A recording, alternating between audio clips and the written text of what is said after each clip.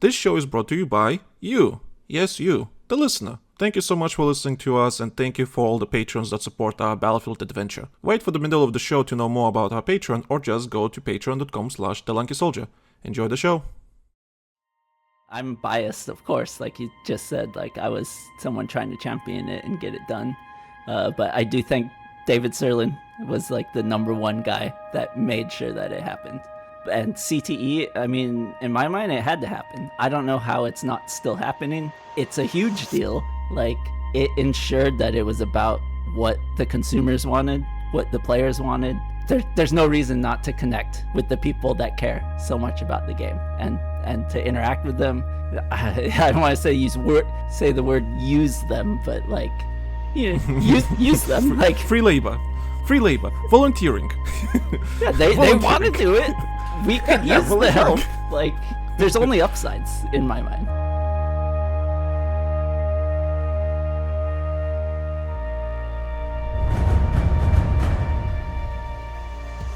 Ladies and gentlemen, Smuggler's and Casuals, welcome to BattlefieldOne Podcast, the ultimate podcast about Battlefield that will not abandon you for the tremendous live service. Hosted by me, Tom, also known as the Lanky Soldier, and my co-host, Florida man himself, Ray Edmunds. We're here to bring you all the best or dumb conversations that you can find on the internet about this first-person franchise that you love and hate at the same time. So, Ray, no life stories, how you doing? Doing alright. Worked my ass off all day today, but all good. Yeah, that's fine. And today we're joined by a dear friend of ours, Chemo, James Kono, a former developer from DICE and Danger Close. He worked at EA for 15 years, right? Just about, yeah.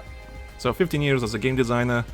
You worked on games like Medal of Honor 2010, Warfighter, Battlefield 4, Battlefield 1, and we call you Chemo, even though your official name is James Kono. Actually, wait, I remember you told me the story. Why are we calling Chemo again? Alright, so not a lot of people know this story, but it's a weird naming thing, right? It's just like a Hawaiian, it's my Hawaiian name, but technically I'm James Iolani Kono the third, but we don't use the third or the second. So like my dad was Lonnie and my grandpa was Jim. None of us went by our actual names. And when I was a kid growing up, they called me Baby Lonnie my whole life because I was like my dad's kid, so they just called me Baby Lonnie because his name was Lonnie. And fair enough. And when I went to school, I didn't get the name Chemo until I went to school because it's like, oh, we gave him the name James, but you can't be called by your given name. That's crazy, right? So yeah, my grandmother was like, we'll call him Chemo. And then that's just been my name ever since my first day of school. Funny enough, when I was little, my full name is Thomas without the H, but I could not pronounce my name, Thomas, so I just call myself Tommy. So my family calls me Tommy. Tommy, interesting. Yeah, so my family could not, I could not pronounce my own name when I was little, so I just called myself Tommy. So my family started calling me Tommy. Nice. Yeah, so... Yeah, mine was everyone purely, knows me. We can't call him Baby Lonnie in public, and he has to be in public now, so he needs a name. Why not just call you Baby instead? Yeah. Just Baby. Now the whole world can know. So for people who don't know, like, I don't know if you remember, but we tried to bring on the podcast back in the original Battlefield 1 days. It was like, what, almost 10 years ago at this point. We tried to bring you on the podcast while you were working at EA. Legal stopped us. They literally want the full script, notes and everything, my left kidney and my future newborn for you to appear on the podcast. And we decided, nah, we're not doing that. We're not doing that. We had to draw the line at the kidney because I mean we at least need that shit. I mean, you can take my future newborn. That's fine. I don't want kids, but at the end of the day, we won because we have him on the podcast, and EA can't do shit. It has been many years, and I have no idea what's okay or not, but I doubt anything will happen. It would be a bad look for them to come after me, I'd say. Well, as long as you don't say any ridiculous stuff or leaks or whatever, I think you're fine. I don't have any information to leak, so... One of the But yeah, perks to so- have being away from them for for a good length of time. That's one of the other perks, or the other better benefits of the fact that now we got you on this far later down the line instead of back then, because yeah, we can have a lot more fun this time around instead of we can trying have so to much walk fun on then. eggshells all the time. Yeah. I'm so glad we're doing a reboot of this podcast, because we can actually talk about something freely without anyone's overseeing us in the background. I'm so happy about that. The only people that we should care about is our patrons. You should subscribe to patreon.com/TheLankySoldier. But yeah, before we continue, I just want to say that if you're new here, do follow us on Spotify, all that kind of stuff, because leave a rating. It does help other people to find the podcast. We have time codes, so if you don't want to listen to the whole thing, just listen to the, click on the time code, just listen to the specific topic you want to listen, and that should make it easier for you. We also have a Google Forms document, so if you want to give us feedback, negative, positive, insults, compliments, whatever the case may be, just in the description, wherever you listen to this podcast, just click on that Google Forms document and just give us feedback. You don't need an account, you don't need a social media account, you don't need an email or anything. Just click on that link, just start typing. And yeah, and like I said, we have Patreon, patreon.com/TheLankySoldier. We will post our exclusive podcast called Live Gaming Gathering, where we talk about video games in a relaxed manner without, again, anyone's oversight. It's just us being us. And we have some amazing episodes there for you to, listen. And of course, we have ad-free early access and behind-the-scenes footage and so much more. And if you can't support us financially, that's fine. You can join as a free member. Chemo is actually as a free member on our Patreon. And yeah, we just you being there is enough to support us. So just be there, and you're also getting some free content too. So everyone getting something. So, okay, Chemo, let's talk about you. Howdy. How did you start in game development? Like, at one point you realized, I want to be a game developer? At what point, man? I was probably like, I have, maybe I'll send you a picture of it later. I have a picture behind me right now that I drew in like 2nd or 3rd grade. That's like, what do you want to be in the future? I was it's drawn in crayon, and I was such a little kid I couldn't write my own name, which is Oh, that's adorable. yeah, it says Chemo Como, like I wrote 2 M's, but it says when I grow up I'm gonna make a video game console that can combine different video games, and I drew a little picture of like Super Mario Brothers 3 in a Contra level. Oh. There's like a Tanuki Mario with a machine gun like running through a Contra level in crayon. That was me at like 5 years old. Nice. And after that, you what? Like 15 years at EA alone? Like I think you achieved your goal. Oh yeah, absolutely. Like I got into it as fast as as soon as I learned I taught myself how to read on a computer. Like I was homeschooled, so I was a little neglected, a little bit, not to throw my parents under the bus. They had a lot of kids. I'm the youngest. It was chaos, but ultimately I was homeschooled. I was mostly a latchkey kid taking care of myself. I taught myself how to read on a 386 MS-DOS. I had a program called Reading Rabbit. I'd have to take the big ass, giant floppy disk out and like copy the letters on the front of the floppy disk to like run the executable to teach myself how to read. I'm telling you, I really love the floppy disks. I really love the idea of behind the floppy disk. I love the idea how they like felt and everything is just so cool. Yeah, but then I moved on as soon as I got access to things beyond that. Like I've been in computers my whole life. Like I said, I taught myself how to read on them. I got a 486, which was an upgrade, and then I had like Warcraft 1, and that had an editor tool in it. And I started making Warcraft 1 maps. And then I evolved into 3D, Duke Nukem 3D, classic game on like a Doom kind of engine. I actually don't remember what the engine was called off the top of my head. Build engine. There you go. Thank you. And yeah, I was like 11 years old, maybe 11, 12. And it's just like a whole new world opened up to me when I started learning how to do 3D levels in Duke Nukem.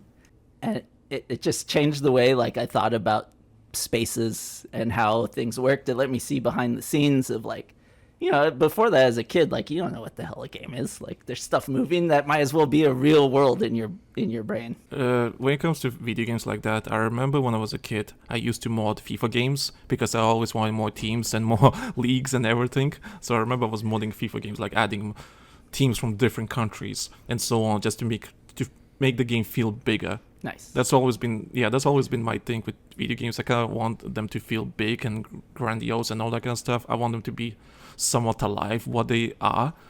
I mean, maybe that's why I really enjoyed RuneScape back in the day, because it was just a big open world. That mechanically, the game is not that interesting whatsoever. I get that. But the idea that it's just like a living, breathing world and people are just doing stuff, and it's quite fascinating to me. So that's why I like enjoy games that you can just like, explore the whole world, or just it feels like it's a living world.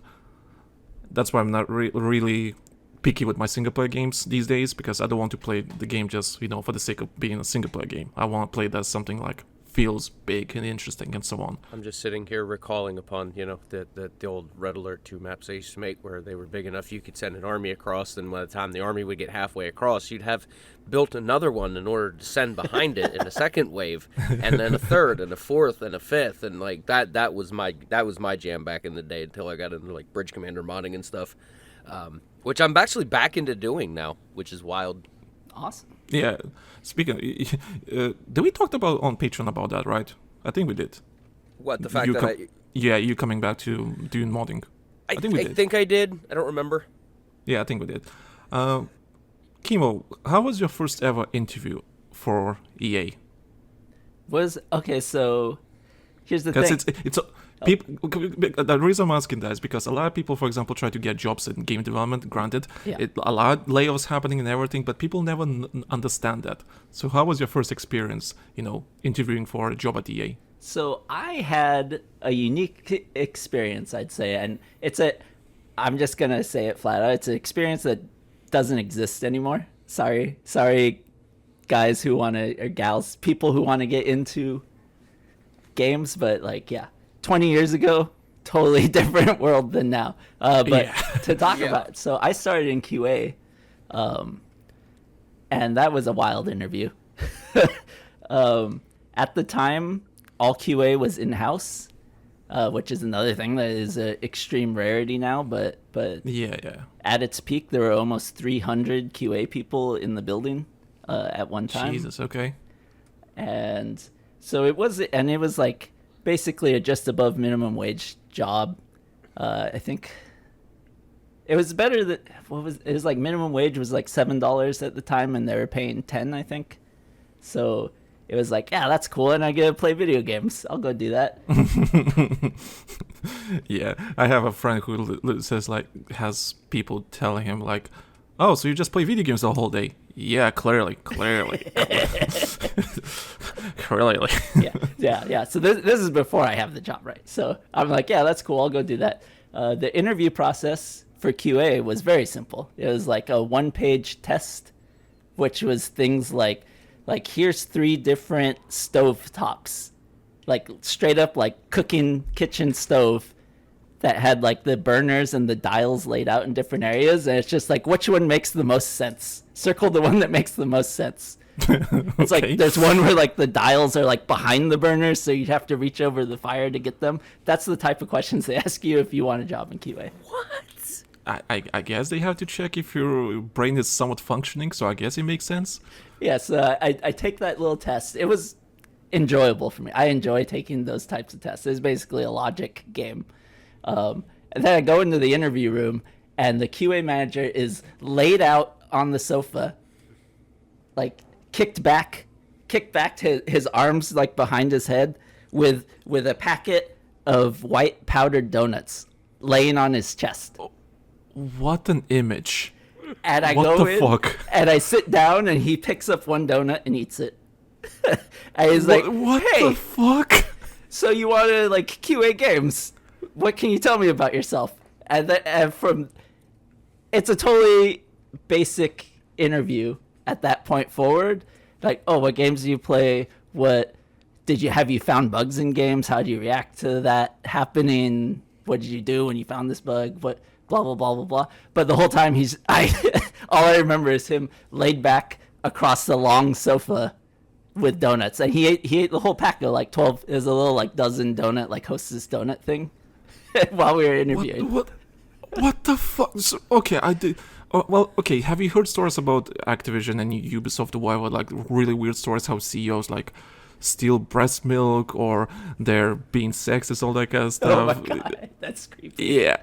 Yeah. So sounds like one of those type of things that like just creepy and weird. just I feel like he just described a fucking word for word scene description of something out of Grandma's Boy 2. Yeah, that sounds so fucking wrong. Just imagine you come to work and your boss is just literally just laying and you have glazed donut on your chest. What the fuck? This was 2004. What the PlayStation 2? Oh, don't worry, nothing changed. I'm pretty sure it's still the same. I'm pretty sure it's still the same fucking story today. Yeah, man, it was like, wow, okay, so it's set in my mind what the rest of my future would be. That was like the defining moment in my games career. Like, okay, this is what making games is. People are lying on a sofa eating donuts. This is gonna be a good life. I can see it. I can see it. No shit. I'm gonna go make the greatest Battlefield game out there. We get paid to do this too. All right, let's go. Oh my god. Okay, so we met through Battlefield CT, and I talked about CT so many fucking times. I think we talked about CT many times. And I think a lot of people will love to know, like, okay, for people that know, Community Test Environment, aka CT, was basically a testing environment for testing patches, bugs, whatever, for the future patches for the Battlefield games. And I think it's still one of the best things that ever happened in Battlefield games in general, because it was a thing that, well, it brought us together, funny enough. And yeah, without CT, I don't think we would be talking right now. And very. In your personal opinion, how much you think CT is important, or how important it was to Battlefield games back in the day? Man, because you were one of the lead people that encouraged CT to be a thing. Absolutely, and I'm biased, of course. Like you just said, like I was someone trying to champion it and get it done. But I do think David Sirlin was like the number one guy that made sure that it happened. So it never would happen without him. All praise to David. He's awesome. And CTE, I mean, in my mind, it had to happen. I don't know how it's not still happening. It's a huge deal. Like Battlefield, I mean, you tell me, is Battlefield 4 good? Like, did it end in a good spot compared to other Battlefield games? People treat Battlefield 4 as the best Battlefield game to today's date. Right, and that's It's because of still going. CTE. Like, if CTE didn't have, imagine the alternative to not having CTE is Battlefield was over. Like, Battlefield 4 would have just been whatever it was before that happened. And probably year 2 wouldn't have happened, would be my guess. And yeah, man, like it turned around like the whole direction of the franchise in my mind. Like it ensured that it was about what the consumers wanted, what the players wanted. There's no reason not to connect with the people that care so much about the game and to interact with them and to I don't want to say the word use them, but like use them like free labor, volunteering. Yeah, they want to do it. We could use the help. Like, there's only upsides in my mind. I mean, it was hell for the people. David Sirlin and myself, Yoye, who else is?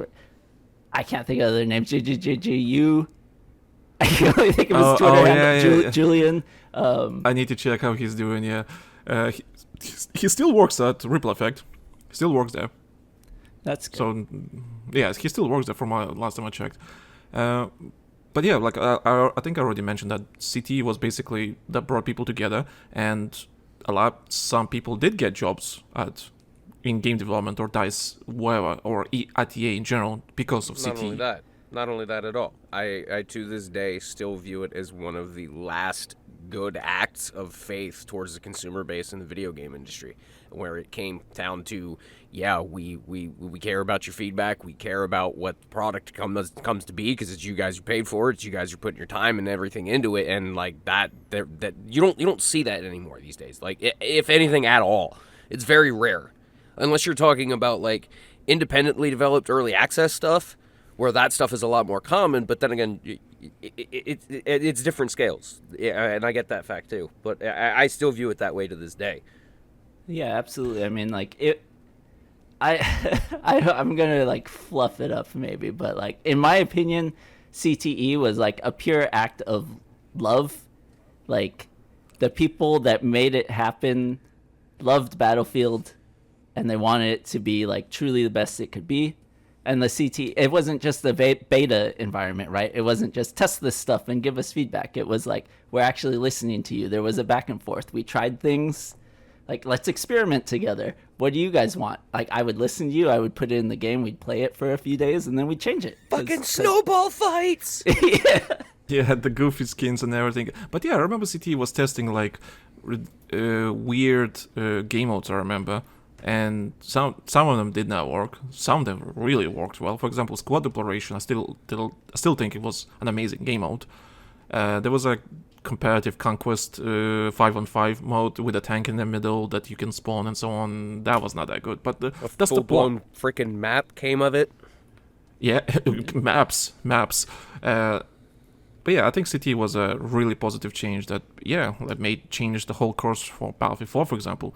Battlefield 1 more, CT felt like a early content drop to me with Battlefield 1, which I was not a big fan of, because I thought we could have done something better regarding that. But how's it different to, let's say, having a CTE, but at the same time working on a AAA game for the future updates or whatever? Do you think it will be like some sort of, like, is there a nice gateway to have like, a proper live service game like the investors are calling these days? So here's probably why the CTE doesn't exist anymore, is because it doesn't. I don't think it is that. I don't think it's. I'm gonna sound weird, but I'm gonna say I don't think it's a good investment business wise.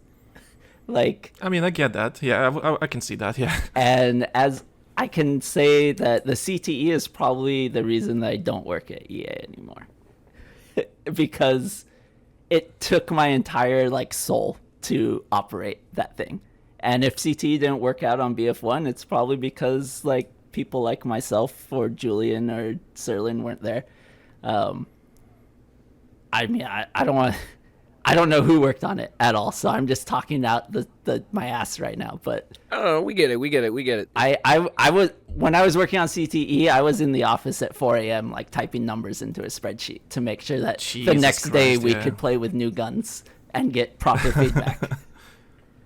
Yeah, I heard stories about people like from certain people that running CT was a really hard, really demanding thing to do, because it was like a separate thing, everything from everything else, and you had to make sure that everything is working and playable and all that kind of stuff, gather the feedback. I mean, business-wise, yeah, you're probably right. It's probably not a really good investment, but at the end of the day, it did push Battlefield 4 sales to be higher. It did sell premium packages, and there were rumors or whatever of Premium 2 or Premium 2.0 happening. So they would, yeah, I do remember those discussions happening, but then that was before Battlefield 1 was released or announced, whatever. So I know that all the resources went towards Battlefield 1 after that. I guess it wasn't there's also another, like, Year 2, which is kind of wrapped up in CTE, so I'm going to bring it up right now. Yeah, go on. Like, the entirety of Year 2, I had a full-time job that wasn't Year 2. Like, I was working 8 hours a day on a different project that never happened, so I can't talk about it. I know that's something I can't talk about, but You actually can't talk about it because I know what you're talking about, but I never mentioned anything about it. Okay, it's all right. That's sad because I would love to know details about it. I really would love to know details about it. That's probably the only thing I'm nervous talking about because it was a pretty big Fair deal enough. that never happened. So I won't talk about it too much. But I worked on that 8 hours a day, plus year 2, which was more than 8 hours a day. So, like 18 plus hours a day to make year 2 happen. It was a big project. Yeah, it was a big project. For example, because we talked about CT, how you think handling player feedback was different from just reading the forums, what's happening on retail, for example? Is it like any difference, handling the feedback or from player base? Would you take the CT players' feedback more often than, let's say, the normal player that you found in the forums or in the game? Right. Was there any difference how you took feedback and applied that feedback to the game? So for me personally, I'd get a vibe from the forums and stuff, but I did seek out individuals, right? Like, as Ray kind of hinted at, like, we got some people hired, right? Those people that started working for DICE, those were the people that I was seeking out, like, more concise feedback from, I guess. Like, I definitely take the vibe from everybody. Like, everybody mattered all the time, and I'd have to push back against some of the more dedicated community members, I'd call them, for the good of the whole. I had a rant about the Battlefield community on the last episode just because we had Westy on and people still think this is like 2014 or 2000 or whatever. It's like, Westy haven't posted a Battlefield video for like God knows how long. Why we have him on the podcast? I'm like, I'm sorry, dude. He was there when the Battlefield Legends were written. He was in the same fucking room as me. So what are you on about? Be nice. Yeah, Battlefield community can be sometimes a bit, what's the word I'm looking for? Narrow-minded, maybe. Yeah, I mean, that's a good way to put it. Yeah, like it's like there's a loads Stubborn of good people. works as Yeah, well. Stubborn. Yeah, there's loads of good people in the community that actually do amazing work and so on. Granted, in the last couple of years, it's kind of hard to find those people because a lot of good people left. Because I mean, crap, we have no reason to host a Battlefield podcast, but here we are, and mostly because I did say in the last podcast that I want to make a positive change, because there's no one out there that actually is making anything positive, so on. And people that did Battlefield podcast, for example, they just don't stop doing it, just because they just either don't care anymore or they don't know what to talk about. And I'm just like, well, the next game is coming next year, and it's perfect opportunity to like build some foundation and just like do some positive changes to some people in some cases. For like, even if we can change an opinion, I'm not like forcing someone's opinion on someone, but if they can just listen to this podcast and they just think to themselves, like something spinning in their head and thinking, maybe this is the right thing, maybe it's the wrong thing, just to like give them a different perspective, and maybe they can look at the Battlefield franchise a bit differently. And if we can change at least one person regarding that, I think we win. In my case, like the way I'm thinking, we win. Hey there, I hope you're enjoying the discussion that we're having. Like I said at the start of the episode, I will tell you all about our amazing Patreon that is helping us keeping the show going. Patreon.com/TheLankySoldier. Some Patreon exclusiveness. We here at Patreon would love for You sound like every nerd in all the like 90s TV shows. By becoming a patron, you're not only supporting the show, but you're also getting a lot of content back. First up, you'll get ad-free early access to all our future episodes. You can already listen to our previous episodes ad-free by just joining the Patreon for free. That's right, no more waiting, no more interruptions, just pure, unfiltered Battlefield content straight to your ears before anyone else gets to hear it. Well, of course, that's not all. We're also giving you a behind-the-scenes look at what goes into making Battlefield 1 podcast and other shows we make, from planning sessions to recording mishaps, and everything in between. You'll get an insider's perspective on how we bring each episode to life. And the reason why I'm saying I'm sorry. Yeah, it's your fault. It's all my fault. It's all your fucking fault, Ray. How did you ruin the whole show? We need to cancel it again. Just gotta fucking can it for another 8 months again. Just appear out of nowhere with Yeah, we need to different set cancel of again. colors. Ray, what the fuck did you do? And for those of you craving even more content, we got you covered with extra videos that you won't find anywhere on my main channel. And for our gold tier supporters, the main tier at our Patreon, we're offering access to our exclusive podcast series Live Gaming Gathering Extra, or LGG Extra for short. This is a show where my friends and I gather together to talk about everything from the video game industry to movies or anything that is on our minds. With more than 30 episodes already available, there's hours and hours of content for you to listen. Trust me, they are some of the most fun and amazing conversations we ever had, because it's just being us, relaxed and actually having fun. Alright, I think we need to move on because we've been kind of on this subject for about the last 15 minutes now. Yeah. We got a couple of things in order. Are you feeling better now? Let this Yes, team off. Yeah, you got that I off do your chest. I do feel better. Oh no, wait, one more thing. For example, Angela, okay. no, we were in I'm not discussion. going to mention any names. And trust me, you won't want to miss anything we discuss in the future. But wait, there's more. We also have another early access and ad-free show about Call of Duty called Lockdown Player. So if you're a fan of multiple franchises, we got something for you too. And of course, I believe in keeping our patrons informed. I also post monthly updates to let you know what you expect in the upcoming month, so you'll know what to expect in the future if you're not sure about the content we're posting. And because we're confident that you'll love the content we're creating, we offer a free trial that you can use anytime. We believe that we're making good content that will make you stay in the long run, and I will not be offering a free trial if I do not believe that. BattlefieldOne podcast was rebooted back in March 2023. We learned a lot of lessons from our previous shows that consisted of 41 episodes, and we've been building an amazing foundation for the future of this current show. There's a reason why we're the only Battlefield-related podcast available on Spotify, and we had the honor being listened to by DICE developers themselves, and now we want to share even more with you through our Patreon. So if you want to support the show and get all these amazing extras, head over to patreon.com/TheLankySoldier. Your support means the world to us and helps us keep delivering the content you love. Thank you for being part of our Battlefield community, and we look forward to seeing you on our Patreon. Now, let's go back to the show. Any failed game features that you try to apply to the game? That doesn't have to be Battlefield. It doesn't have to be Battlefield. It can be any game that you try to apply and just did not work out. Any gameplay features that you thought like, we should try to do that, but it just did not work out. Anything that comes to your mind? Yeah, I know, it's a very fun question. There's probably a long list of that, too. I mean, I could think of one giant Battlefield one, but I don't know if you're saving that for later. Which one is that? There was this little thing we tried to do called Incursions. Okay. We can talk about that now. Yeah, okay. Let's talk about Incursions. Okay. So people don't know. If you listen to this podcast, you know what Incursions is. Incursions was back in Battlefield 1. It was a 5-on-5 mode, a comparative Battlefield mode. And you can think whatever you want about comparative Battlefield. Yeah, it's a joke and so on. I get that. That's fine. But Battlefield 1 Incursions was a really neat idea. I think it was the most ambitious idea we had when it comes to comparative Battlefield, and I still think it's one of the best things ever did so far.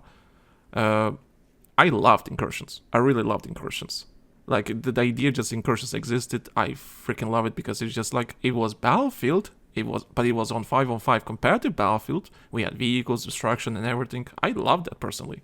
I love to hear that, because I thought it was going to be pretty great. I didn't think I was on the side of competitive Battlefield's not really possible. And then we all sat down and talked about it for a while. I'm like, well, what if we tried this? This might work. And as we got into it, like you're saying, like, this fucking feels like Battlefield, even though it's only 5-on-5. Right? Because it was like a smaller scale, but it felt like Battlefield, and that's what people don't really get. Like, when people talk about comparative Battlefield, like, comparative Battlefield is, we only want chaos and big matches and jets and tanks everywhere. I'm like, that's fine, but that's not what makes Battlefield in my eyes. Exactly. I mean, the way I see Battlefield is, teams working together for a common goal, using all the tools they have to achieve the objective, and it doesn't have to be 64 players or 128 players, or whatever the case may be.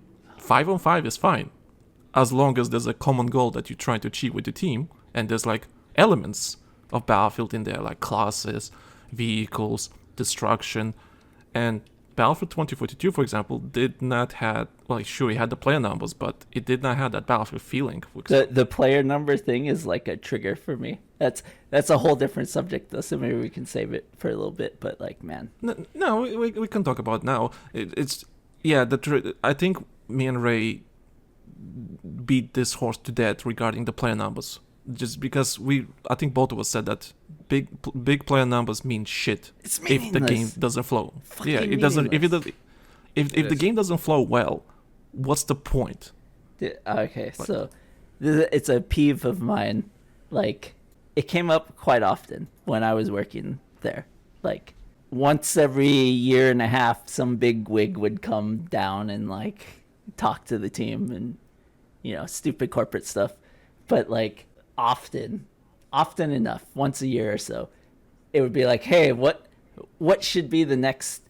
They're just like reaching for the stars, like, what's the next like big Battlefield? How do we make Battlefield the next thing? And like fucking 90% What can I tell of the the shareholders? double the player count. It comes up like, if you I feel like if you ask someone that played Battlefield like twice and didn't know anything about fucking video games and didn't really care, what do you think the next Battlefield should be? They would say more players. And when I saw that it happened, my heart sank. Like, I just knew like that was a sign that no one knows what the fuck they're doing anymore. Like, there's no one there that cares, that understands Battlefield, that cares about what it is. That's my opinion of them increasing the player count. But you also haven't played Battlefield 2042, right? You haven't played how the game works with the specialists, all that kind of shit, right? I have not. I played. I installed 2042 at some point. I think I played about 10 minutes and uninstalled it. The game was not that good. It's in a okay state now, but it's like it is a trigger. I wasn't fair. I wasn't fair to it at all. I had skipped a couple Battlefields. I was like in my own world after I left DICE, and I come back for the first time because I see it on Steam. That's the only reason is because it's on Steam. Oh shit, Battlefield's on Steam now. I'm gonna check that out. I jump in. And it's, oh shit, they increased the... I didn't even know until after I played the game that they increased the player count. As soon as I saw that, I completely lost interest. I was like, the fact that they did that in my mind triggered a cascade of nothing in this game is going to matter to me at all. I mean, the thing is, it doesn't matter anymore because we're already looking forward to the next Battlefield game. And you mentioned David Sirland. I already mentioned in the pre-show. He is back at DICE, so he's one of the lead producers working on the next game, and it's kind of interesting and maybe promising that maybe the next game won't be a complete disaster like it was Battlefield 2042. And there's already leaks about the next game and all that kind of stuff. So according to the leaks, they're dropping the 128 player thing. To be fair, they dropped the 128 player thing right something like in the middle of Battlefield 2042. All the future maps they released were literally 64 variants. So even they realized that it's not a viable thing to do. Yeah, if I was still there, I could have told them 2 years before they did it. To be fair, we could say a lot of things before the if they still had CTE up, they could have just listened to the people. Like, no. But do you have any favorite projects that you worked on? We'll stay on the Battlefield topic just because it's a Battlefield podcast. It is. Do you have any personal favorite project that you worked on Battlefield? Well, I guess you could say Incursions or Battlefield CT, but anything that specifically that comes to your mind? Man, it's hard to be specific. CTE, of course. I mean, I would say CTE was like the height of my career. Like Battlefield 4 CTE was the happiest I'd ever been. Like, man, that's what making games was supposed to be. I didn't feel like I was working for a giant corporation. I felt like I was working for gamers that cared about a game. And that's why I was willing to put in the hours to make it as good as it can be, because I love that game too. I love playing it, and I loved all the people that love playing it. And like, I don't think anything is ever going to top that, honestly. Like, Do you think you learned any lessons going forward from that experience? Like how approach game development in the future, or what the case may be? that's a hard question, because I learned what I love about games. I learned what makes me happy, but at the same time I feel like I learned that's also something that's never going to happen again. That was like an oddity, a special case where like I feel like we were under the radar. Like, people didn't even really understand what was going on. They just kind of let it happen because it was going well. And just vibes, just vibes. yeah, like I feel like David knows more, right? He was the one in the meetings. I wasn't a producer, so I wasn't like high enough level to be the one like arguing to the executives. I'm pretty sure he was doing that for us. But man, it blows my mind that the CTE ever happened, that year 2 ever happened. Like, it seems impossible. And it was so fun to work on. It was so fun to be a part of. It's definitely like peak career for me. But then it also like ended my career there, sort of, because I burnt out. So that's the thing. Yeah, too. yeah. Oh my god, I heard a lot of stories about people burning out from game development, all that kind of stuff. It's just like it is a. It's real. Yeah, and game industry in general pisses me off for many reasons. I think I talked about this on Patreon, but I remember I was applying for a job at like Microsoft Studio, and I did get a call, and they literally said, "Oh, we like your stuff and everything. Like, we want you to work for us and so on." I'm like, "Oh, cool, nice. So I'll get a job at Microsoft Studios. That sounds cool." Then they asked me, "When's the last time you worked at Sony?" And I'm like, "Why does it matter?" So I didn't go to the next stage of the interviews because I did not work at Sony Entertainment in the last year or 2. Wow. That was their fucking thing. Like, I'm like, why does it matter? That's the game industry these days. Like, it's just We want your industry secrets. Yes, I don't know fucking what they want. Like, okay, do you like my skills and everything, but just because I wasn't working at Sony for the last year or 2, I'm not going to the next stage of the interview. Like, okay, how the hell that makes sense? I have no idea. But yes, that's tell us how they make their monies. Yeah, that's what it was, dude. Oh god.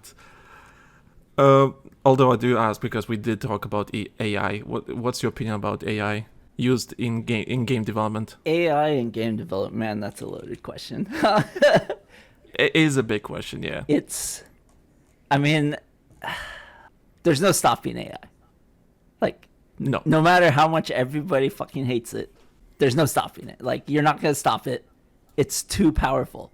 It's going to probably end up destroying our world eventually, but that's a whole different topic. In games, like, it's a tool like any other tool. What did people think? You can Photoshop stuff. That's a Photoshop. Yeah. Now Photoshop's normal. Now it's expected. Tron, the original Tron movie, was disqualified from like winning Oscar awards or whatever because they used computers to make graphics. Oh my god, I remember that. I completely forgot. Yeah, oh my god, I actually forgot about that. Well, you used the computer to do that? You can't win an award. You didn't film that? Yeah. So, right now, AI is fucking horrible, and it will continue to destroy all of our lives. But it's there. There's no avoiding it. You're not going to get rid of it. I love the positive outlook. I fucking love it too. It's the best nihilist view on the goddamn thing. It's like it's true. It absolutely fucking is. Yeah. But like any other tool in the world, it's how it's used, and we all know how it's gonna get used. You're not gonna stop it. Get used to it. Learn it. Work with it. Work around it. Work rules into how you use it. Like, it's a whole new society that we're looking at in the future, and Man, my thing right now with AI that I think a lot of people don't realize. This is me this is my feature scanner darkly crazy shit right now. If you put a VR headset on, and I'd say we're 5 years away from the Matrix in my mind, where you take like one of those fucking brain pal chips and all it has to do is translate thoughts into basic sentences. Because if you've used AI, generative AI, you know you can type like 4 words and get a pretty decent, accurate image, movie, book, whatever the hell you want out of it. And so, yeah, sorry, I'm rambling a little bit, but No. I see exactly where you're going with this, and I'm fairly fucking certain Zuckerberg has a version of it somewhere that he sleeps in every night. yeah, you plug in that most basic brain link that douchebag's working on that can just like make words out of your brain. And you plug that into a generative AI that is then plugged into VR, and you will be able to fucking sit in a pod and just think Vegetate. and exist in anything you can possibly imagine. And I think that's 5 to 10 years away from happening, at least in a basic form. That is actually wild. I mean, I can't see that because we already have people using Neuralink, whatever it's called, playing CSGO. Not CSGO, Counter-Strike. Yeah, all you need is enough power to generate a VR world based on like a sentence, and we're fucking good to go in Matrix land. This is where I'm gonna make my perfect Battlefield game. Yeah. Everyone will be playing their own version of CTE that they thought up in their own head. Oh my fucking god. Oh my lord. Oh, now here's where the monetization team comes in. And okay, if you want to use this copyrighted franchise material, we're gonna have to fucking charge you a monthly basis for it now. Right. See, that's it. Okay, so that's the beauty. Here's the beauty of AI, right? Is it allows anyone to create. Like, I'm a fucking loser that gets to make video games because I got this random QA job in 2004 out of sheer luck. There are so many people that might make better video games than I make, but they never got the chance to, and AI will let them get the chance. It's like YouTube.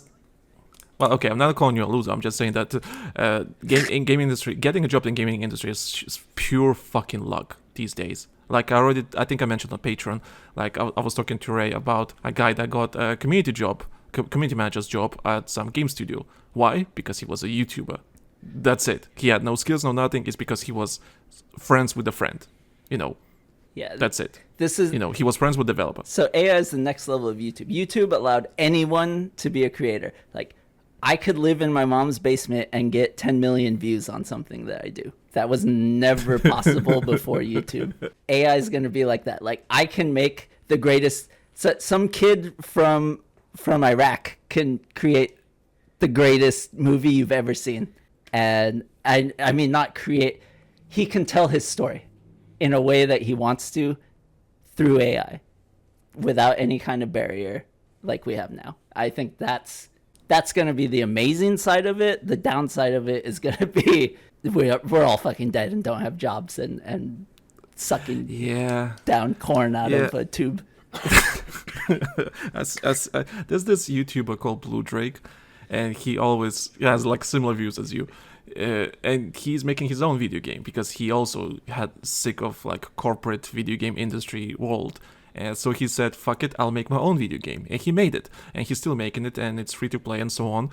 And I'm kind of like that, but yeah, he has the same kind of idea as you, and he's thinking just like, you know what, why not just I think he made like a YouTube video, like YouTube channel where he just uses AI to scrape the internet for topics, right, and let AI do the presentation and the voiceovers and everything, just the most basic news topics or whatever. And he posted it, and people watched it, and people criticized him. Oh, that's AI and everything. But he just scraped the most basic shit you can find on internet and just delivered to people. And a lot of people learned something from those videos, funny enough, because of AI. He used AI, for that. And yeah, like you said, AI is not going anywhere. It is a scary world, but have to deal with it somehow. I mean, can't avoid it. It's already there. The Pandora's box is open, so I don't know what else we can do. Problem is, we're not a utopian society. If this were Star Trek Next Generation world where money didn't exist anymore and everyone had houses and food, then the AI would be amazing. But the fact that corporations are gonna just crush every soul that exists is the downside of it. Yep. That right there. Yep. What's your opinion about biggest games right now, given being live service games and so on, and all that kind of stuff? For example, have you tried to play Call of Duty recently? I have not, and I hate it. I hate it. I was about to ask. Let's refine this question. I would really, really, really like to just know what your opinion is on the live service model, because everybody knows what ours is. I want to know I really want to know what Chemo's is. I do not like live service at all, and which is weird because after I left EA, I ended up working on mobile games, which is just like where live service basically comes from. But yeah, no, I don't like it. I think it. I don't like the umbrella term. Okay, support. If a game has players, ignore the term. Yeah, ignore the term. Yeah. I'm not calling. Okay, like I wouldn't have called CTE live service. When you use the term live service, I think like, oh, we're selling you a game for $30 so that we can make $500 off of you over the next 6 months when we release something every month that you need, and we try to FOMO you into like missing out on. And blah blah blah blah blah, like et cetera, you know, like the yes. choking of like everything's just a fucking business. No one's making art. If you are live service, you are not making art. In a sense, I agree. Yeah, I don't know have if to you agree ever with saw that. the video, or I think it was you who actually shared it with us at one point. I don't remember. There was that fucking Swedish gaming conference that they fucking showed back, and it came out in like 2012 or 13. And it was literally like the beginning of this whole shit, and I feel like every single like corporate exec or out there just like looked at that video and salivated, and now that's all we have. It's everywhere. Thank you. Like I don't, or again, I'm not gonna go on the same opinion, but because I kind of like the idea behind the live services, but there's a lot of games and a lot of publishers and a lot of studios that don't understand what makes a somewhat decent and interesting live service game, because you're like Chemo said, he was right. A lot of them are just dead, like just soulless art. You know, sure it's art, but it's a store wrapped in a game. Yeah, that's actually an accurate description. There's some games that actually do it well, but there's much like many more games out there that just don't understand. It's a goal, right? Like, okay, I sit down and I write a design document for something. Is my goal what is going to be the most fun? Or is my goal what is going to make the most money? And I can tell you there are places like maybe Zynga, to throw a name out there, where it's like, no, the whole purpose of design, like the role of the designer is, the design is what will extract the most money out of people. And that's what live service feels like. Whereas in my head, a designer is what will create the most fun experience for people that are experiencing your creation. And I'm all about creating the experience, not extracting the money. Make a good enough experience that people just want to give you money and hope that they give you money, not use analytics to make design choices for you as to what will make 8 cents more per user. How can where can we put progression pain points in and drive rage spending? Speaking of EA is kind of famous, I can't remember what was the conversation. There was something that we noticed that EA is really relying on analytics and all those numbers. Like, I guess as a business you should, but sometimes you have to just take a step back and realize, what the fuck are we doing? Because a lot of decisions they did regarding Battlefield, for example, was literally based on just on numbers. And you can read numbers the way you want, because usually it's all opinion based. Yeah, numbers mean something, like 2 + 2 is 4 and so on. But there's certain stuff that you can just can't, interpret properly what the players want with numbers. Numbers are real, statistics are not. Yeah, statistics are opinions about numbers. Yeah, pretty much. And there's a lot of decisions that were made about Battlefield that were just purely because someone looked at the numbers like, we should do that. Should you though? Yeah. Like, for example, Helldivers, like, Helldivers on paper should not be successful. On paper. Right. Should not be successful. But it was one of the best selling games this year. I have Then you look at... like 40 hours in that game, and I continue to say it. This game is actually not that fun. It's kind of boring. But I keep going back and playing it. I played it 40 hours. Like, what the hell's wrong with me? It's because you feel that the game was made with love. Yes. You actually feel that people put love and effort into this. I think that's why, like, going back on the CTE thing, I think the reason why we enjoyed playing Battlefield 4 that much, like, yeah, Battlefield 4 these days, I don't think it aged that well. It has some good stuff that is still there, but you can tell the game aged. It's aging, it's old. But it's still fun because you feel that there's something was behind it. Something was like, people put effort to make this game as good as possible. Now, of course, you can say the same thing about any game these days. Like, after got what? Gazillion patches, For example, No Man's Sky. Like, sure. But that's why we play video games. It's because, like, it's an art form. That's why I was really... what was the game me and Ray talked about? The finals. Here we go. Me and Ray were not a fan that they used AI generative voices for the announcers in the game. We were not a fan of that because, like, well, we don't care about, voice lines that it's like you can't defeat the purpose of making it art. Yeah. Like I remember I was talking to someone like, would you play a full AI made game? Someone said if it's fun, yeah. I'm like, I don't think you will because you will feel that it's not made with love. It's just a numbers game at that point. Mm-hmm. Funny enough. So it's like, yeah, that's the thing with video games. You kind of want to play, like, no matter what game, was it Battlefield, Call of Duty, or some smaller indie game, whatever. If you don't feel the love in the game, I don't think you're gonna play the game that much. I mean, that's why Battlefield 2042. I don't like the game to begin with, but I may give it a bigger chance, more chances to impress me if I knew that the game was made with some care and love, but I know it wasn't. Sure, it got fixed, stuff got changed, but that's mostly a situational thing. On a game that size, like when 600 people work on a game, even if 20 people really love it, it gets lost. I mean, look at Concord. Oh, man. I really do feel bad for everybody who touched that game. I feel horrible for everybody who has worked on that game. I have a very close friend that we started in QA on the same day, and he's at Sony now, and man, I feel for him. I think he's a little worried about his job. I remember I read somewhere that Sony bought the studio out after, like, they saw the game early and, like, yeah, this is gonna be the next big thing. Let's buy the whole studio out for this. Someone got lucky. Yeah. I mean, so whoever sold the company is rolling in money now. Yeah. See if he hands some of that back to the people that don't get a job anymore. Probably Do you think he would do that, or she? I don't know. Yeah, I don't think so.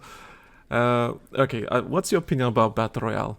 Because I have to ask everyone that come on this podcast. I talk to Westy, I talk to Flagfire, I talk to everyone. What's your opinion on Battlefield having a Battle Royale? On Battlefield having a Battle Royale. I don't know why it's not. I mean, like, shouldn't they have been the first? It's weird to me that it's not there already. Like, that it wasn't there. Like, the day after PUBG got popular, there should have been... If it were CTE, we would have started working on that, like, the next day. 5 years ago. That's wild. And you know what's funny? I wildly agree with that too. I kind of am amazed that, like, Battlefield wasn't the first to do it. Just leave vehicles sitting, spawns, whatever. Fuck, it would work. Oh my god, now that I think about it, holy shit, it would be fucking perfect. Well, it is apparently coming for the next game, and apparently it's being done by the lead developer that worked on Warzone. So that's gonna be interesting how they gonna how they're gonna apply that experience to make this Battlefield Battle Royale. And I mean, sure, this is not the first Battle Royale Battlefield ever had. It was like, what was it called? Firestorm. That's what it's called. That Battlefield 5 Battle Royale. Yeah. 5. Yeah. So it was not a bad idea. I tried it when it came out, but it was just like, It felt generic to me, and back then I thought Battlefield doesn't need a Battle Royale.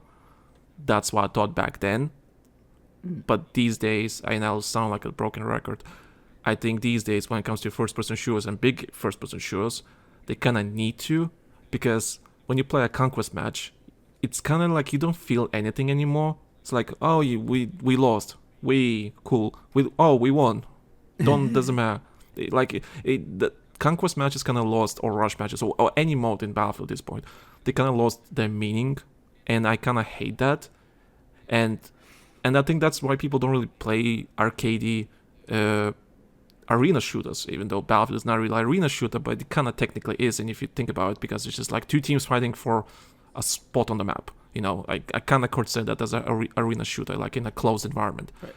I think that's why people don't really play arena shooters that much anymore, because they played battle royales, you know, and they seen something that is bigger than just like, you know, a random number on the screen that says you won or you lost. You kind of play. It's the flavor the kids expect these days. Yeah, you kind of play like a battle royale, and you like, no matter your skill level, if you're in the top 5 or top 10 or whatever, and you're trying to win the game, whether you win or not, it's still exciting to those people. They finally seen something that's exciting, and I think that's why.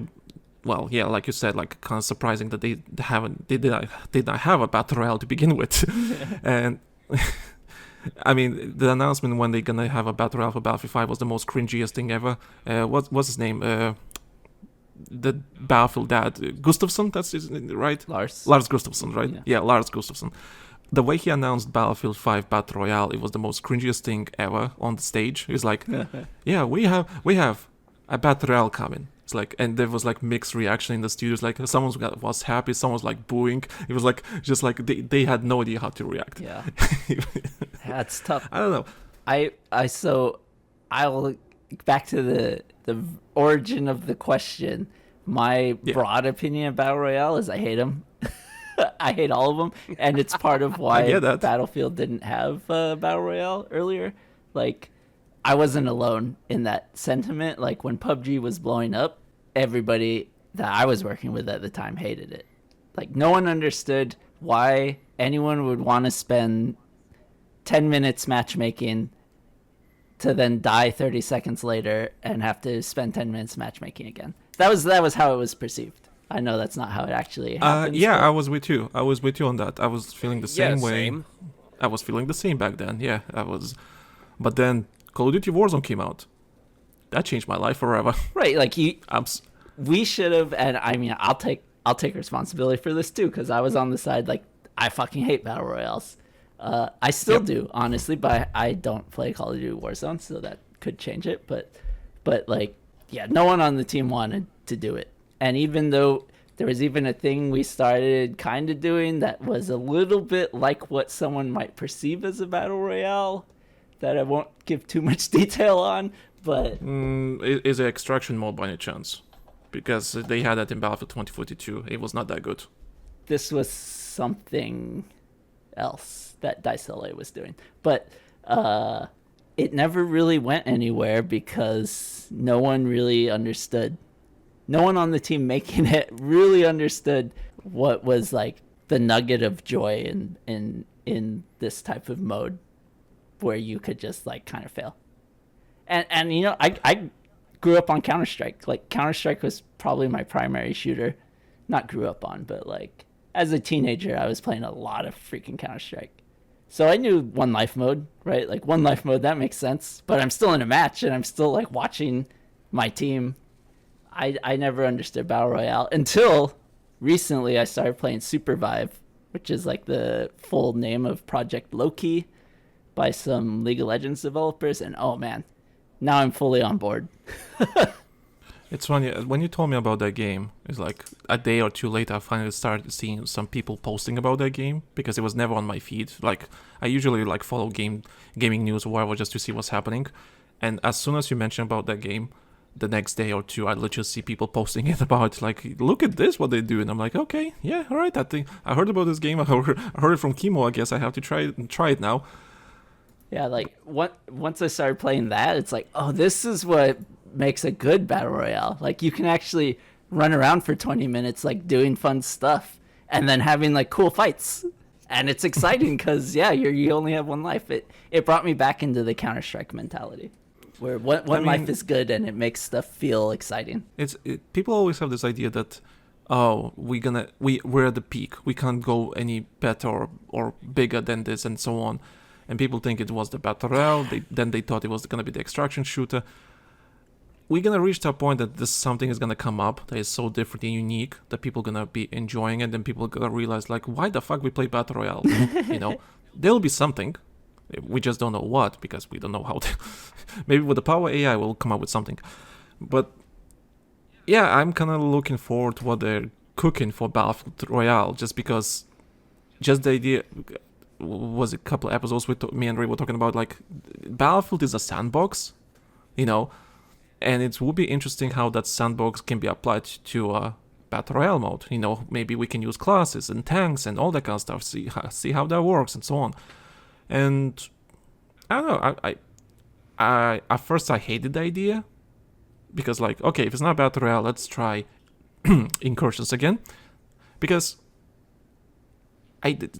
think with Incursions, for example.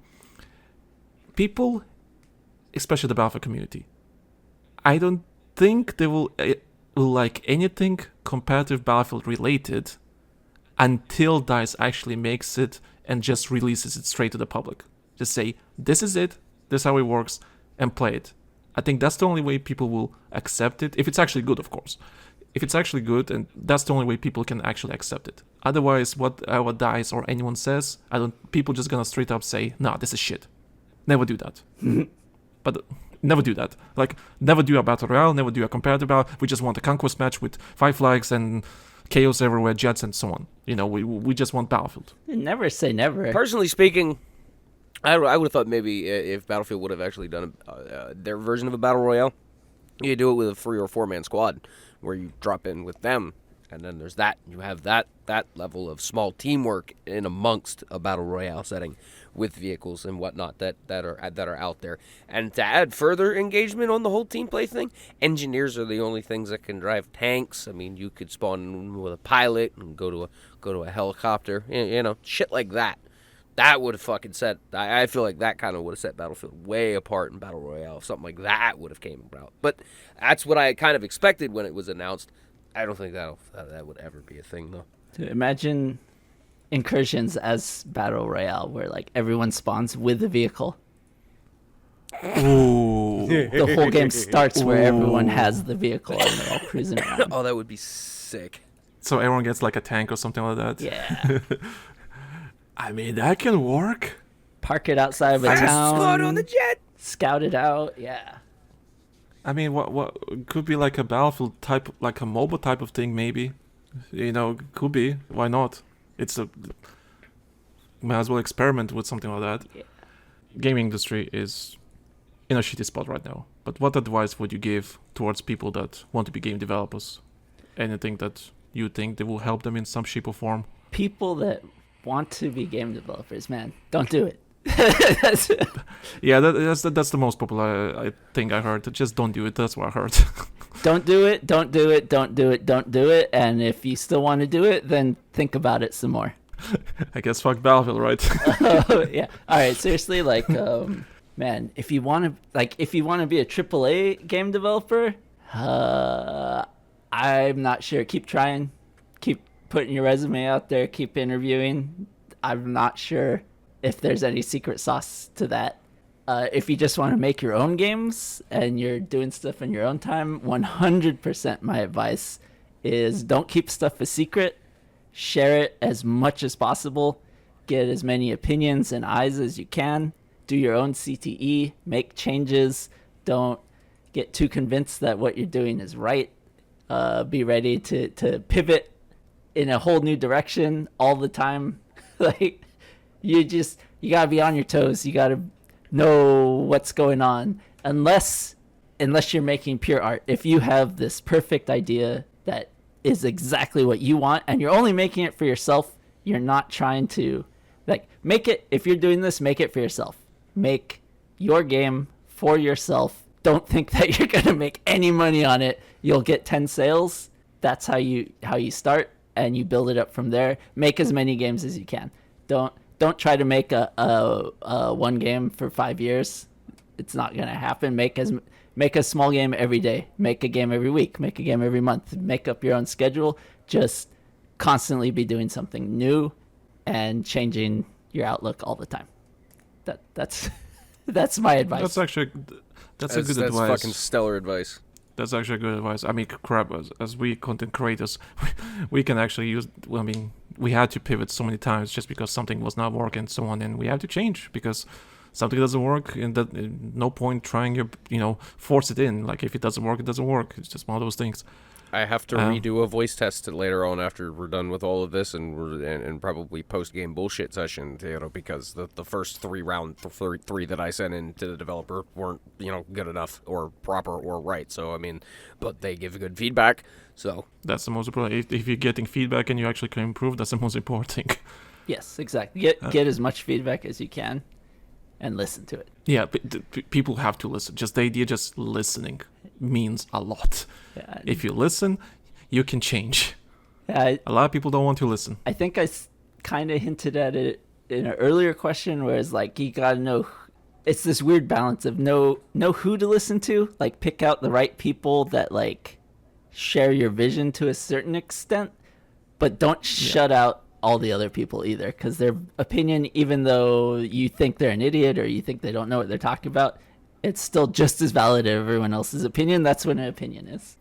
I mean, that's why I read Reddit, because I do want to find some nuggets of information once in a while, even though it can be frustrating to go through, forums of nonsense sometimes, or even social media these days. Like, it's so much shit these days. Like, finding anything important or valuable in any website is really hard.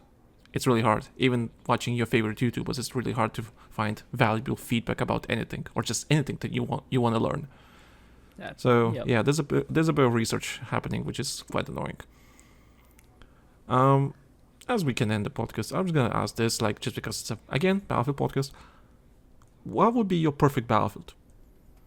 Oh man, what would be my perfect Battlefield? Yeah.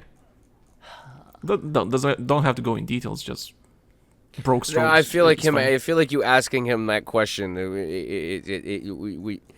It would involve explaining something that he probably can't. Therein lies the thing.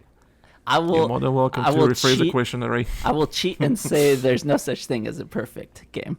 It has to constantly evolve. The perfect Battlefield is one that is pretty different every 4 to 6 months. I think at its core, it needs to change. At a high level, it needs to stay Battlefield. So that's the thing that we do every year or 2 years or 3 years or whatever the heck the schedule is, right? Like, every Call of Duty needs to feel like Call of Duty and be Call of Duty, but be different, but not be different. Like, it's just maintaining course on that. But definitely not more than 64 players. Why not just go with 10 players and call it a day? I think you just need enough. You just need enough players, and more than 64 is more than enough. I mean, if the system works, the formula works, and it always worked, what's the point changing it, right? Right. The maps get too big. Like, I don't want the map to be too big, because then it's a battle royale, and I don't want it to be a battle royale. I want it to be Battlefield, and And then you have to figure out how to traverse the map faster and so on. It becomes nonsense. Yeah. Which, the problems they had to deal with for 2042, funny enough. Yeah, Operation Runaround. I mean, also, can you believe that game released on all gen? Bloody hell. It's pretty wild. Trying to make the perfect Battlefield. What's the perfect Battlefield? Oh, you're still thinking about that? You can say modes, I guess? I don't know. No, it was always Conquest for me. Truly. Always Conquest. Destruction wasn't... Oh, I remember what I was going to say. Fucking Desert Combat. Desert Combat was my perfect Battlefield. It wasn't really. I'm fluffing. But, like, Desert Combat is what made me love Battlefield. It wasn't 1942. Sorry, guys. It was a mod that made flying a helicopter awesome. You should check out Delta Force when it's out. I'm really curious about your opinion when that game is out. I will. It's free to play too, so... Well, then I definitely will. All you have to do is just give your data to the Chinese, that's it. Yeah, well, they have it already for 100 times over. Yeah, they have it already, yeah. Yeah, sure. Exactly. Yeah, I don't know. Is there anything else you want to mention? Last minute, mention anything that comes to your mind? Because this is the perfect chance to say anything you want for people to hear. I don't. I'm currently unemployed. If you're looking to hire a game designer with 20 years experience, I'm available. At least until December, maybe. And listen to this podcast. It's awesome. I love Lanky. He's been a great resource to the Battlefield community for years now. You're the only person that actually gave any compliment to me about anything regarding that. So thank you. Hey, I try. people may not know that Battlefield 4 wouldn't be what it was without people like Ray and Lanky or Tom. I don't know. What do you go by on this podcast? People online call me Lanky. Girlfriend calls me. I call him Tom all the time. It doesn't matter. So It doesn't matter. I told my wife today, like, hey, I'm gonna be on Tom's podcast today. We're gonna do this recording thing. I'll be busy for a couple hours, and she's like, who? I'm like, Who's Tom? Tom. And she's like, what? Do I know Tom? And I'm like, Lanky? She's like, oh, Lanky. That guy. Yeah, we kind of dropped. We kind of really don't use the monikers or stage names as much anymore. I mean, hell, I dropped mine when I started my career up there. So I mean, I guess it was around that point. I guess when both of us were just like, fuck it. Yeah, I kind of started using both, depending on the people. I mean, people that close to me, they use my real name. People that met me online or just know me through internet, they call me Lanky usually. You're always gonna be Lanky to me.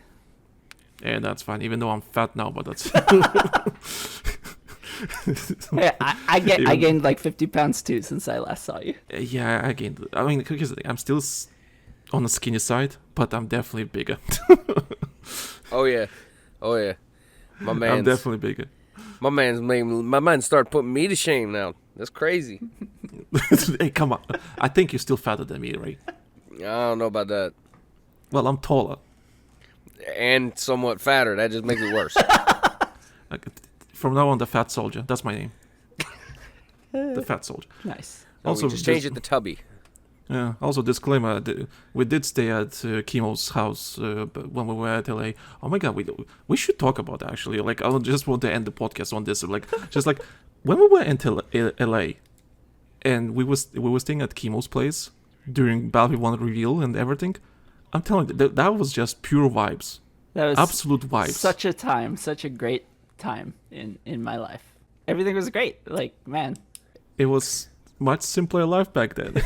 I remember that shit a lot fun. I remember that shit very fondly back then. I also remember when we got out of testing and we were standing outside and we smelled Snoop Dogg pull up. Oh yeah. I specifically remember we all walked out of because I think it was like the second session, because it was the second session before they did the whole big screen. I'm pretty sure because we did the Star Wars shit that day too. That little recording room at LA Live. Yeah, and then all of a sudden, like 3 black fucking SUVs go hauling ass down the road, like not too far away from us, and then like we started just like smelling fucking pot, something fierce, and then like, oh yeah, that's like a Snoop Dogg showed up. My only regret going to that LA event, my only regret that I didn't shake Russian Badger's hand when I had the chance. I literally was talking to him and I never shook his hand, and I'm like, why did I do that? I was literally talking to him in person and I didn't do it, so that's kind of unfortunate. That was so dumb. Yeah, you have those. Also, all the pictures that we had of us three somewhere, all blurry as fuck. And I know who to blame, Ray. Blame me? I think I was probably me. That's what you motherfuckers get for using my shitty phone. But your missus fucked up the photos. Yeah, there's that too. I have a couple of good ones. There was a couple of that, yeah. But yeah, it was back in LA. It was like pure vibes, pure freaking vibes. Yeah. And it was actually really awesome to visit Dice LA though, or Ripple Effects to use now these days. That was a nice experience. And we just talked about random shit. I don't remember what the fuck we were talking about. Speaking of that, I don't know if I mentioned that on the podcast. I think I mentioned it. That I did influence. I did convince one of the game mode designers to change the layout of the capture the flag mode on the community map. Because I remember he did like a layout on the community map for Capture the Flag, and I told him, we already have this in Domination. Can we change the layout to be like this? And he actually did it.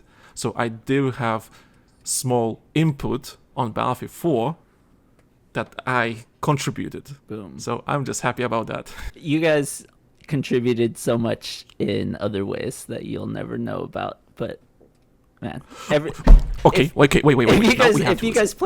If anybody that played the CTE contributed to making Battlefield 4 better. I have to ask, how often our podcast was being played at the studios? Man, I don't know what other people are listening to. I know that, Kimo, I swear to God they are. Because we were talking some so bad shit about something, and then 2-3 years later, that fucking happens. It's been a thing that's been happening here as of late. It's a fucking conspiracy theory. I'm not even joking. That someone's I kind of feel like we're ideas. a legend that gets passed down in the office sometimes. I mean, I don't know. Is Labby still there?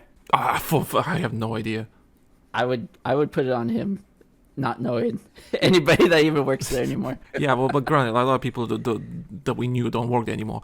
But just like, Kimo, I'm not fucking joking. Everything we discussed, even the old shitty podcasts that we did back in 10 years ago, they're not that great quality. Holy shit, we're in the best, we're better quality right now for sure. But everything we discussed happened a year or two later. Like, attrition system, where that came from? No reason to even entertain that idea. 2 years later, happens. I mean, Ray was talking about like just like so many fucking tiny details that are like, huh. So I would love to know if someone actually listens to us at the studio, because I know they are. There's no freaking way they're not. yeah, I mean, I can't. I did, obviously, when I was there. When I am not there, I don't know what anybody's doing. But you know, good ideas are good ideas. Right. Okay, if you have anything, you can tell it off air, you know, because I want to know. I want to know, so I can just die in peace. That's it. I mean, people don't have to know. Certainly, but I know. I want to know. Devs listen to the community. That definitely happens. Who exactly is listening to who? I don't know. But I mean, like, how do you think like the bipod knife got in the game? I did that. Yeah. Because I was listening to to random shit the community put out. I mean, it was from Battlefield Friends. It's like I just unlocked the bipod for my knife. It's just so dumb. I miss that shit. I miss all of that shit in game development. I really do. I desperately miss it. You know, sometimes I'm glad it exists in indie.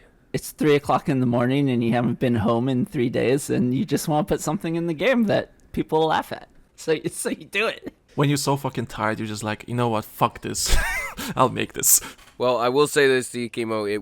None of it was ever without any appreciation. It was all 100% appreciated, and whether the community let you guys know it in the right ways or not, most of the time, overall, it was all appreciated, and I definitely want you in order to know that before we finish this out. Oh, thank you. Yeah, jokes aside and all that, we are trying to make a positive change. At least we tried back then, and I still believe we're trying to do it now. And just because you know, David, you know, Yo-Ye and everyone else let us into a little bubble of game development, you know, and try to listen to us, you know, our feedback and everything, and you let us to participate in those, you know, whatever the case may be, in those feedback sessions, whatever we were doing, we really appreciate it, because I believe that we learned a lot, me and Ray especially. We learned so much just about game development, about, you know, just the idea of working together for something that everyone can enjoy, even if we didn't agree with everything, because I don't think all of us will agree on everything, but we can work together to make something good and amazing. Just because of that, you guys let us in, like I say, into a little game development bubble that changed us a lot as human beings. We changed a lot, and we grew up and everything. We try to apply those learnings to other people. That's why this podcast exists. We try to educate people in some shape or form what is happening, and like that we can change and we can progress from here.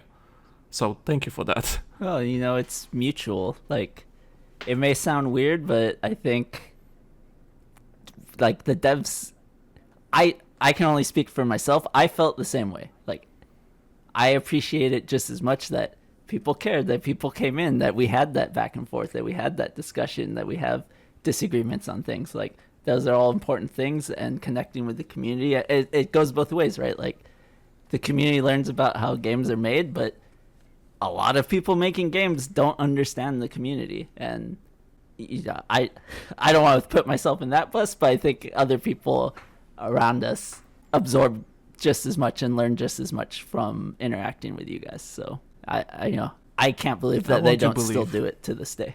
I want to believe that again, David is there, and some people did came back, I know. So maybe something good is gonna happen. God knows. As the poster would say, I want to believe.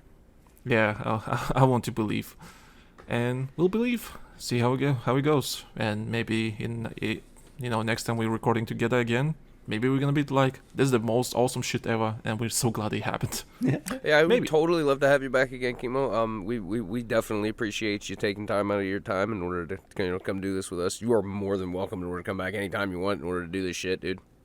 So yeah, I mean, Literally. I had a good time. I'd be happy to come back. I may have something to be trying to sell later, so maybe you can help me do that.